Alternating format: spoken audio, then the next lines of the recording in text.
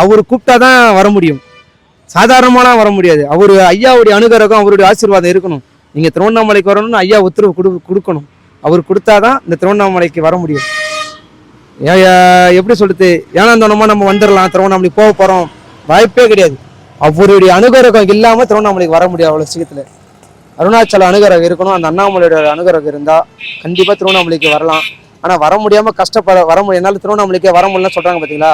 அவங்க இருந்த இடத்திலேயே ஓம் நமசிவ அருணாச்சலம் அண்ணாமலை கரோகரான்னு சொன்னாலே போதும், நினைத்தாலே முக்தி தரும் திருத்தலம் திருவண்ணாமலை.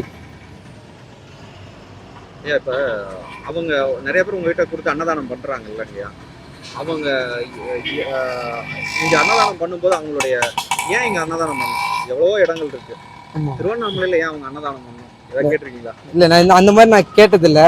அன்னதானம் கொடுக்குறதுன்றதுல ஏன் இங்க கொடுக்குறீங்க அப்படின்னு நம்ம கேட்கவும் கூடாது. இல்ல அப்படின்ட்டு கிடையாது. இப்ப எவ்வளோ வாய்ப்புகள் இருக்கு, அதாவது இப்ப சாப்பாடே இல்லாத குழந்தைகள் இருக்காங்க, அப்பா அம்மா இல்லாத குழந்தைகள் இருக்காங்க, எவ்வளவோ இருக்காங்க. ஏன் கிரிவல பாதையில நம்ம அன்னதானம் கொடுக்கணும், ஏன் அப்படிங்கிற அவங்களுக்கு அது அவங்களுக்கு ஒரு சந்தோஷம் இருக்கு. திருவண்ணாமலை கிரிவல பாதையில சிவன் இருக்கிற இடத்துல நம்ம அன்னதானம் கொடுக்குறோம் அப்படின்ற ஒரு சந்தோஷம் இருக்குல்ல, அதனால அவங்க கொடுக்குறாங்க உண்மையிலே.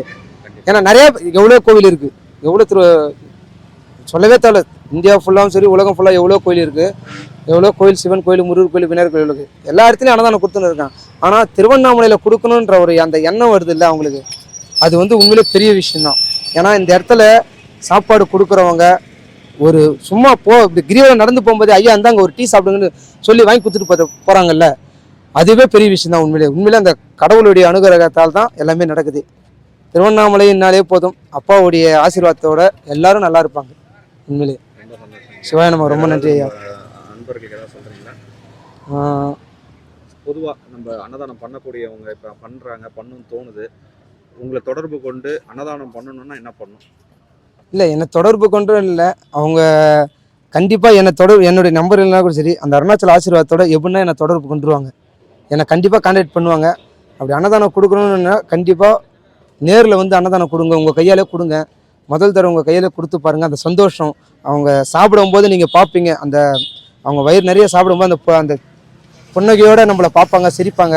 அதில் நீ நல்லா இருக்கணும்னு சொல்கிறாங்கல்ல, நீ நல்லா இருக்கணும்ப்பா, எனக்கு வயிறு பசி அடங்கிச்சுப்பா அப்படின்றாங்க. அந்த வார்த்தைலாம் கேட்கறதுக்கு அவ்வளோ இன்பமாக இருக்கும், சந்தோஷமாக இருக்கும். சிவா நமக்கு. ஆனால் என்னை பொறுத்த வரைக்கும் எல்லா புகழும் என் அப்பன் அருணாச்சலாக்கு தான், இறைவனுக்கு தான். ஓம் நம சிவாய அருணாச்சலா. உங்களை தொடர்பு பண்ணால் உங்கள் எண் சொல்லுங்க. 6382726497. சரிங்க, ரொம்ப சந்தோஷம். ரொம்ப சந்தோஷம். சிவாய நமக்கு அருணாச்சலம். ஓம் நம சிவாய அருணாச்சலம்.